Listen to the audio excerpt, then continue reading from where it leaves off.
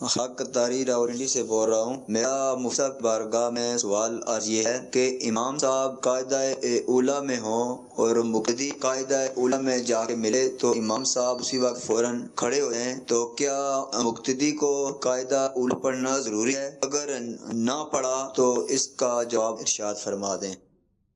ٹھیک ہے جی. قاعدہ اولیٰ میں امام صاحب کے ساتھ جو ہے وہ شامل ہوئے ہیں، لیکن فوراً امام صاحب، اور یہ بہت دفعہ یہ والی صورت آتی ہے، اسی طرح رکوع سے ملنے والی یہ بھی ایک آزمائش والا معاملہ آتا ہے، اور ایک میسیج بھی ہے رکوع میں ملنے کا بھی کوئی طریقہ وہ بتا دیں جس سے نماز بھی ہماری بچی رہے. نماز بھی بعض کا لوگ ضائع کر بیٹھتے ہیں. تو بہرحال پہلے قاعدہ اولیٰ کا اگر مقتدی جو ہے وہ اس نے نیت باندھی اور اس کے بعد قاعدہ اولیٰ میں وہ بیٹھ گیا اور وہ بیٹھا ہی تھا کہ امام کھڑا ہو گیا، تو اب اس پر یہ لازم ہے کہ یہ تشہد جو ہے وہ مکمل کرے اور پھر کھڑے ہو کر امام کو جس رکن میں پائے وہاں پر جو ہے وہ ترتیب وار شامل ہو. تو لہٰذا مقتدی کے اوپر اب تشہد پڑھنا واجب ہے. مقتدی کا قصداً یہاں پر تشہد ترک کرنا یہ جائز نہیں ہے، مقتدی گناہ گار ہوگا. ٹھیک ہے. رکوع کے حوالے سے، رکوع کے اندر جب کوئی شخص آیا ہے مسجد کے اندر، امام صاحب رکوع کے اندر ہیں، تو رکوع کے اندر رکعت پانے کے اعتبار سے یہ حکم ہے کہ مقتدی اور امام کو اس حالت میں کم از کم پالے کہ وہ حد رکوع کی کم از کم درجے پر ہو. حد رکوع کا کم از کم درجہ کیا ہے کہ ہاتھ بڑھائیں تو گھٹنوں تک پہنچ جائیں. تو لہٰذا اگر مقتدی بھی اسی حد رکوع تک کم از کم پہنچ گیا اور امام بھی اسی حد رکوع میں تھا تو رکوع مل گیا. رکوع مل گیا تو رکعت بھی مل گئی. اب اگرچہ اس کے بعد ایک سبحان اللہ کی مقدار مقتدی کم از کم ٹھہرے گا کہ وہ تعدیل ارکان کے اعتبار سے اس کے اوپر واجب ہے، پھر اس کے بعد جو ہے وہ دوبارہ وہ کھڑا ہوگا. البتہ جاتے ہوئے اس بات کا خیال کرنا ضروری ہے کہ دیکھیں تکبیر تحریمہ بھی فرض ہے اور شرط بھی ہے، اور قیام بھی جو ہے وہ فرض ہے. تکبیر تحریمہ کا حالت قیام میں ہونا یہ ضروری ہے، یہ ضروری. تو اگر اللہ اکبر ایک ہی اللہ اکبر کہتے ہوئے ڈائریکٹ ہی جو ہے وہ رکوع کے اندر جو ہے وہ چلا گیا کہ تکبیر تحریمہ قیام کی حالت میں ادا نہیں ہوئی، تو اس صورت کے اندر نماز جو ہے وہ شروع نہیں ہوئی، نماز ہی جو ہے وہ درست نہیں ہوئی. تو پہلے اللہ اکبر کھڑے ہو کر کہیں، اب اس کے بعد جو ہے وہ اچھا ہاتھ باندھنا ضروری نہیں ہے. بعض لوگ یہ سمجھتے ہیں کہ بھئی ہاتھ باندھنا یا ایک بار سبحان اللہ کہنے کی مقدار کھڑا ہونا جو ہے وہ ضرور نہیں، فقط اللہ اکبر تکبیر تحریمہ مکمل کہہ لیں کھڑے ہونے کی حالت، اور ہاتھ چھوڑے رکھیں کہ اللہ اکبر کا را جو ہے وہ آپ کا حالت قیام میں ہی ختم ہو جائے.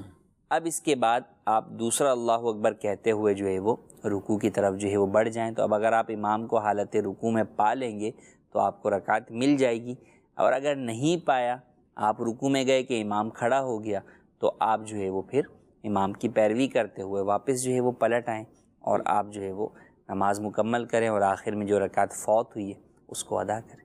ٹھیک ہے جی. مزید سوال، ایک سوال تھا فرض علوم کے حوالے سے.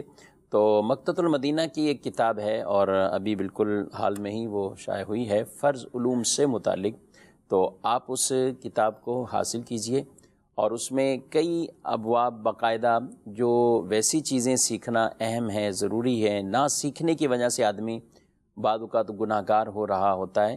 تو حسب حال جو علم انسان پر سیکھنا، بالخصوص جس کی اسے حاجت اور ضرورت اور جو درپیش ہو چکی ہے. اب عمر کے بھی کچھ تقاضے ہیں، بلوغت کے قریب ہیں، تو اس وقت کے احکامات بالغ ہو چکے ہیں، تو اب ظاہر سارے فرائض اور دیگر چیزیں جو ہے وہ اس کی طرف مطلوب ہو جاتی ہیں، وہ احکام اس سے شرع کو مطلوب ہوتے ہیں. تو اب اس صورت میں ان کے احکامات سیکھنا. اسی طرح کاروبار ہے، تجارت ہے، نوکری ہے، تو اس طرح کے احکامات ہیں. نکاح کے معاملات آتے ہیں تو پھر وہ احکامات اس پر لازم ہو جاتے ہیں. تو حسب حال یعنی یہ چیزیں آدمی کو وہ سیکھنی ہی سیکھنی ہے، اور بالخصوص اس کے جو عبادات کے معاملات ہیں تو اس میں ان کو زیادہ چونکہ وہ پہلے سے ہی ایک ان کی طرف احکامات وہ آ جاتے ہیں، تو ان کی طرف بھی ان کو زیادہ آگے بڑھ کر یہ سیکھنے ہیں. تو یہ کتاب حاصل کیجئے. اگر آپ چاہتے ہیں کہ ویڈیو کی صورت میں ہم ان کو سن پائیں اور سمجھ میں بھی یہ چیزیں آ جائیں، تو کیونکہ بعض ایسے ہوتے ہیں جو پڑھ نہیں سکتے یا پڑھ سکتے ہیں لیکن مسئلہ پڑھ کر سمجھ نہیں سکتے، تو آپ دارالفتاء اہل سنت کی اپلیکیشن یہ اگر آپ ڈاؤن لوڈ کر لیں گے تو اس کے اندر بھی باقاعدہ فرض علوم جو ویڈیو کی صورت میں وہ موجود ہیں. آپ وہاں جا کر اپنے روزمرہ کی ایک کلاسز کی صورت میں آپ ایک ایک ویڈیو بھی اگر سنتے رہیں گے تو انشاءاللہ کئی ایسے ابواب ہوں گے کہ جن کا باقاعدہ آپ تک جو ہے وہ علم پہنچ جائے گا اور آپ علم سیکھنے میں کامیاب ہو جائیں گے. علم سیکھتے رہنا چاہیے. علم انسان کا اور مسلمان کا ایک گویا کہ زیور ہے اور اس سے اس کو آراستہ رہنا چاہیے. علم وہ نور ہے کہ جو انسان کے لیے ہدایت رشد کے راستے کھول دیتا ہے اور اللہ رب العالمین کی رضا والے کام کرنے کی گویا کہ اسے توفیق مل جاتی ہے اور درست کام کرنے کی توفیق ملتی ہے. تو ضرور علم بہرحال سیکھتے رہیں. اللہ ہمیں علم نافع عطا فرمائے. مزید آپ کی کاز کی طرف بڑھتے ہیں اور دیکھتے ہیں ناظرین کیا پوچھنا چاہتے ہیں. جی میرا سوال مفتی صاحب سے کہ راستے پر کچھ پیسے پڑے تھے اور کافی وقت گزرنے کے بعد اس کا کوئی وارث یعنی کہ نہیں ملا تو اس پیسوں کا کیا کرنا ہے؟ ٹھیک ہے، بہت اہم سوال اور عمومی طور پہ لوگوں کو درپیش ہوتا ہے. کوئی والٹ مل جاتا ہے، کہیں کوئی پیسے مل جاتے ہیں اور نشانی بھی بظاہر کوئی بھی نہیں ہوتی. بعض لوگ گھبراتے ہیں. انہوں نے تو کہا تشہیر کی، بتا دیا. اب مارکیٹ کے اندر ہیں، وہ کہتے ہیں کیا کریں، کس کو بتائیں، ہر آدمی دعویٰ کرنے لگ جائے گا.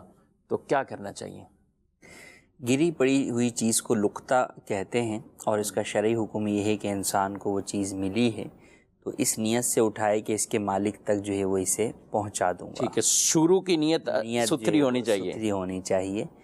اور اب اس کے بعد وہ اس کی اناؤنسمنٹ کرے، اعلان کرے، تشہیر کرے تاکہ مالک تک یہ بات پہنچ جائے کہ اس کی گمشدہ چیز فلاں صاحب کے پاس ہے اور وہ اس سے حاصل کر لیں.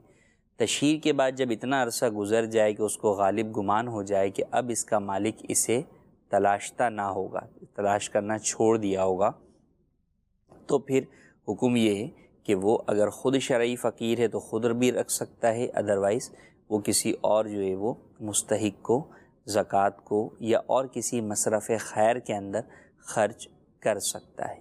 اور اگر خدا نخواستہ اٹھاتے وقت ہی نیت یہ تھی کہ چلو یار پرایا مال اپنے ہاتھ آیا، غصب کی نیت سے اٹھایا، اپنے لیے اٹھایا، تو اب اس صورت کے اندر بھی تشہیر کر کے مالک تک پہنچانا تو لازم ہی ہے. لیکن اگر اس صورت میں مالک نہیں ملتا تو پھر اس صورت میں اس کو آخر میں صدقہ کرنا ہوگا مستحق کے زکوٰۃ کسی مصرف پر. تو لہٰذا ہر چیز سے متعلق یہ گمان کہ اب اسا مالک تلاش نہ کرتا ہوگا، اس چیز کی ویلیو کے اعتبار سے 1 روپے کا سکہ ملا ہے تو بڑی جلدی آپ کو پتہ چل جائے گا. پھر اناؤنسمنٹ کے مختلف جو ہے وہ طریقے ہیں. آج کل کے دور میں سوشل میڈیا کا دور ہے، جسے آپ نے کہا مارکیٹ ہے، دکاندار ہوتے ہیں، ان کے ہو سکتا ہے اپنے واٹس ایپ گروپ بنے ہوئے ہیں، اسی کے اندر یہ بات کہہ دی کہ بھائی اس طرح کی کوئی چیز مجھے ملی ہے، اگر کسی کی ہو دکانداروں میں سے تو وہ جو ہے وہ رابطہ جو ہے مجھے کر لے اور نشانی بتا کے جو ہے وہ لے لے. یا اور مختلف ذرائع اختیار کیے جا سکتے ہیں. کوئی پرچہ جو ہے وہ لکھ کے جو ہے وہ لگا دیا ایسی جگہ پہ جہاں سے سب کا جو ہے وہ اس علاقے میں آنے جانے والوں کا جو ہے وہ گزر ہوتا ہے. تو یوں مختلف ذرائع اختیار کر کے جو ہے وہ تشہیر کی جائے اور پھر اس کے بعد اس کے اگلے احکامات پر عمل کرتے ہوئے صدقے کی طرف بڑھا جائے. ٹھیک ہے. اسی طرح مساجد کے اندر بھی بعض اوقات گر جاتی ہیں چیزیں اور لوگ عام طور پر بعد میں مسجد کے امام صاحب، مؤذن صاحب یا وہاں کی کوئی اگر ریسیپشن وغیرہ ہے تو وہاں رابطہ کرتے ہیں کہ بھئی کوئی ایسی ہماری چیز آپ تک پہنچی ہے. تو یہ بھی ایک طریقہ ہوتا ہے، آپ ان تک پہنچا کر اور اس طرح بھی مالک تک ممکنہ صورت میں چیز جو ہے وہ پہنچنے کی کبھی جو ہے وہ امید ہوتی ہے. اب یہ جو سوال ہوتا ہے کہ بھئی ہر کوئی مانگ لے گا، کوئی پیسوں کا اعلان کرے بالفرض، کوئی کہتا ہے کہ بھئی میرے کو 15,000 ملے، 20,000 ملے، اب کوئی بھی آ کے دعویٰ کرے تو پھر کیا کرے گا یہ آدمی؟ یہ اصل تو بولنے والے کو چاہیے کہ وہ اعلان ہی ایسا کرے کہ جس سے سامنے والے کا پتہ چلے کہ یہ کیوں بتا رہے کہ بھئی 15,000 روپے ملے. ٹھیک ہے، پیسوں کا اعلان کر دیا یا بتا دیا پیسے. ہاں، تو اب سامنے والے سے پوچھ لیا جائے کہ بھئی ٹھیک ہے آپ بتائیں کتنے پیسے تھے اندازاً. ٹھیک ہے. تو یوں مختلف ذرائع سے جو ہے وہ جب اس کو غالب گمان ہو جائے کہ ٹھیک ہے یہی مالک ہے تو اب یہ اس میں بری ذمہ ہے کہ یہ اسے جو ہے وہ دے دے، جتنی اپنے طور پہ یہ تحقیق تفتیش کر کے دے سکتا ہے دے دے. اب اگر سامنے والا چیٹ کرتا ہے تو اس کا گناہ پھر اس کے اوپر، اسی کے اوپر. اور بس وقت ایسا ہوتا بھی نہیں کہ یہ آپ نے صحیح کہا. اب چند دن پہلے اتنی دیر لگی کہ میں بھی نماز کے لیے اٹھا اور وضو کرنے کے لیے جیسے تو ایک لڑکا، مجھے ان پہ رشک بھی بہت آیا ماشاءاللہ کہ خود میرا خیال اس کی 18,000 یا 17,000 روپے سیلری ہوگی جہاں پہ وہ کام کرتا ہے. تو وہ میرے پاس آیا جلدی جلدی، مفتی صاحب وہ کچھ پیسے ملے مجھے. تو مطلب وہ کام پھر بھی رہا تھا ایک طرح کا نا. میں نے کہا بھائی کیا ہو گیا، ابھی آپ سنبھلیں اور وضو کرتے ہیں، ابھی نماز پڑھتے ہیں پھر دیکھتے ہیں.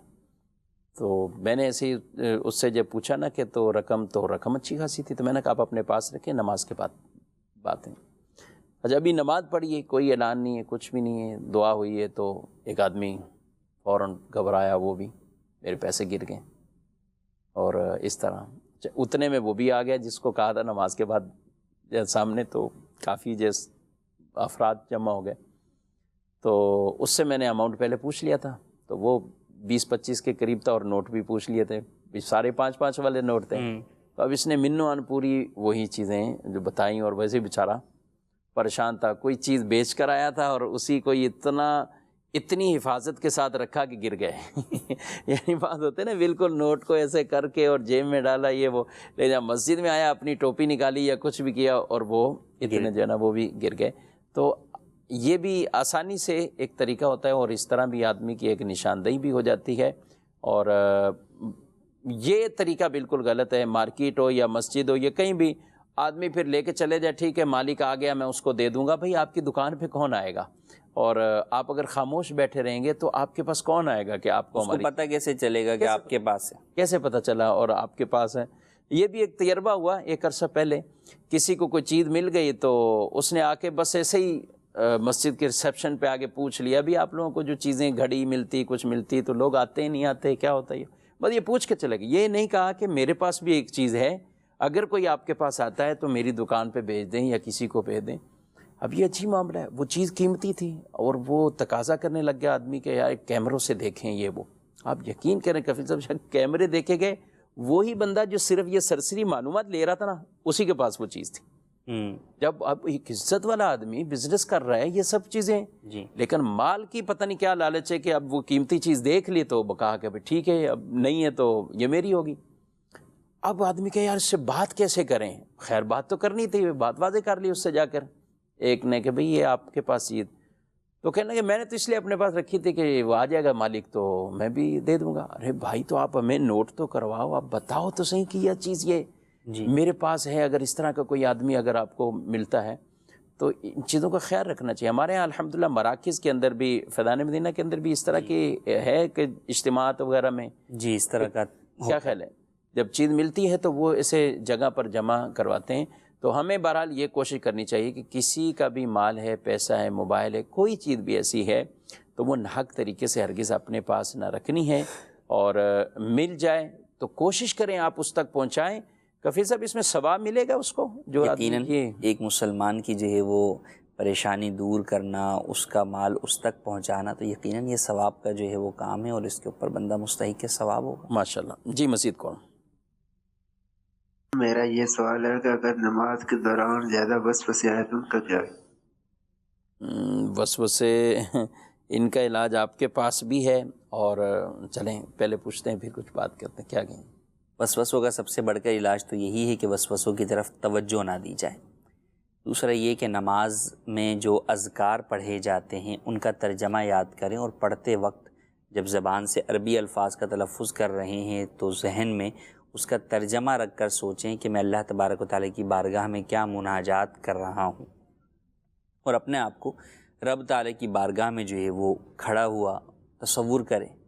تو جب یہ ان تصورات کے ساتھ نماز پڑھے گا تو انسان کی پھر توجہ کسی اور طرف نہیں جائے گی. اسے قیاس کیا جا سکتا ہے دنیا کے اندر، اگر معلوم ہے کہ میں کسی سیٹ کے سامنے، کسی بڑے افسر کے سامنے کھڑا ہوا ہوں اور وہ میری طرف متوجہ ہے، مجھے دیکھ رہا ہے، تو کیا اب اس وقت میرے دماغ کے اندر کوئی اور بات چل رہی ہوتی ہے کہ گھر میں کیا کھانا تھا، کیا پکایا تھا یا کیا معاملہ تھا؟ نہیں، اس کو کیا لینا دینا کرنا ہے، کیا لینا ہے، وہ ساری چیزیں ہٹ جاتی ہیں، فقط اسی سے گفتگو اور ساری توجہ ہوتی ہے.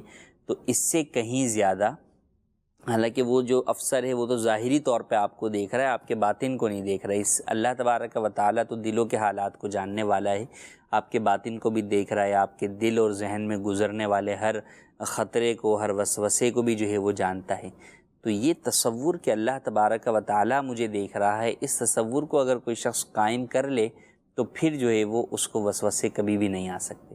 تو اس چیز کی طرف جو ہے وہ بڑھیں. مزید اس کے کچھ روحانی علاج بھی ہیں جو امیر اہل سنت کے رسالے وسوسے اور اس کا علاج کے اندر موجود ہیں کہ اس سے پہلے نماز سے پہلے جو ہے وہ الٹے کندھے پر 3 بار تھتکار لیں، قل اعوذ برب الفلق اور قل اعوذ برب الناس پڑھ لیں.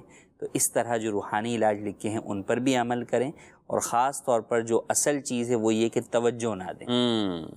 یہ جو الفاظ ہیں نا کہ مجھے وسوسے بہت آتے ہیں، تو امیر سنت فرماتے ہیں کہ اس طرح کی، یا مجھے غصہ بہت آتا ہے، یہ الفاظ بھی انسان کو نفسیاتی طور پہ اسی چیز کی طرف لے کر چلے جاتے ہیں. تو اس چیز کو اپنے ذہن سے جھٹک دیں کہ بھئی نہیں، وسوسہ آئے تو اس سے توجہ ہٹا کے اپنے دوبارہ جو ہے وہ جو کام کر رہے ہیں اس میں توجہ مشغول رکھیں، تو انشاءاللہ جو ہے وہ فائدہ ہوگا. ٹھیک ہے. ایک بھائی کا میسیج ہے، کہتے ہیں کہ اسلامی مہینوں کے نام یاد رکھنا فرض کفایہ ہے؟ نام یاد رکھنا تو فرض کفایہ اس اعتبار سے شاید نہیں کہہ سکتے، البتہ بعض مہینے جن سے جو ہے وہ نماز، جن سے روزوں کا تعلق ہے، عید کا تعلق ہے، قربانی کا تعلق ہے، تو اس اعتبار سے ان کے بارے میں جاننا. اب اس کو اگر کوئی کسی اور نام سے جانتا ہے، کسی کو یہ نہیں پتہ کہ یہ رمضان ہے لیکن یہ پتہ ہے کہ یہ روزے کا مہینہ ہے، اگر وہ اس اعتبار سے جانتا ہے اور اس کے احکامات پر عمل کرتا ہے تو اس اعتبار سے اسے گناہ گار قرار نہیں قرار دیا جا سکتا. اور جو چاند دیکھنے کے حوالے سے ہے کچھ فرض کفایہ، چاند دیکھنے کے اعتبار سے جو ہے فرض کفایہ ہیں. جن مہینوں کے چاند دیکھنا جو ہے وہ فرض کفایہ، اس کے اندر شعبان، رمضان، شوال اور ذوالحجۃ الحرام. یہ چند کے ایسے ہیں کہ جن کا فرض کفایہ ہے. ٹھیک ہے، مزید کون؟ محمد نواز اتاری رحیم یار خان سے. مفتی صاحب سے میرا سوال یہ ہے، جو اسلامیات سکول کے اندر پڑھائی جاتی ہے، اس کتاب کو دوسری کتابوں کے اندر رکھ سکتے ہیں یا الگ رکھنی ہوگی؟ کیونکہ اس میں قرآنی آیتیں ہوتی ہیں، اس کا پڑھنا یا ٹیچر کا پڑھانا دونوں کا باوضو ہونا ضروری ہے. اس کے بارے میں شرعی رہنمائی فرما دیجئے. ٹھیک ہے، ماشاءاللہ. پچھلے سلسلے میں ہم نے گزشتہ سے پیوستہ سلسلے میں ہم نے کافی اس پہ ڈیٹیل سے، تفصیل سے طلباء کے لیے بھی، ٹیچرز کے لیے بھی یہ چیزیں جو ہیں وہ بیان کی تھیں. اور ہمارے پروگرام کا وقت بھی اختتامی وقت میں منٹ میں ہے، تو میں چاہوں گا تھوڑا مختصر سے اس کا جواب. اسلامیات کی کتاب کو دیگر کتابوں کے ساتھ تو رکھ سکتے ہیں. ادب کے اعتبار سے اسلامیات کی کتاب کا یقیناً ادب زیادہ ہے، لیکن بقیہ کتابوں کا ادب کم ہے، ایسا نہیں ہے. کتاب جو علم کی کتاب ہے، ادب سب کا ہی کرنا چاہیے، وہ چاہے انگلش ہے یا کسی کی بھی ہے. تو لہٰذا اسلامیات کا خاص طور پر کہ اس کے اندر مقدس آیات طیبات ہیں اور اس کے اندر مقدس نام ہیں، اس اعتبار سے خیال رکھنا ضروری ہے کہ شاید انگلش رائٹنگ کے لیے تو آپ زمین پہ رکھ کے جو ہے وہ لکھ لیں گے، لیکن جب آپ جو ہے وہ اسلامیات پڑھ رہے ہیں تو اسے زمین پر آپ جو ہے وہ نہیں جو ہے وہ رکھ سکتے. تو ان اعتبار سے اس کا ادب کے اعتبار سے خیال رکھنا ضروری ہے. جہاں تک باوضو کا معاملہ ہے تو اسلامیات پوری چونکہ آیات پر مشتمل نہیں ہوتی، چند چیپٹرز ہوتے ہیں جو آیات پر ہوتے ہیں، تو پوری اسلامیات کو تو بغیر وضو پڑھایا جا سکتا ہے. لیکن جب ان آپ لیسنز پر پہنچیں گے، ان اسباق پر پہنچیں گے جس میں آیات طیبات ہیں، جسے چھونا پڑے گا، تو اب باوضو ہونا ٹیچر اور بچے دونوں کے لیے ضروری ہو. ٹھیک ہے ناظرین، آپ نے پروگرام ملاحظہ کیا، اپنا فیڈ بیک بھی ضرور دیجیے گا. اللہ رب العالمین ہم سب کو علم نافع عطا فرمائے. آمین بجاہ النبی الامین صلی اللہ علیہ وسلم. جانے مسائل تو علماء سے پوچھیں، یہ حکم مبین ہم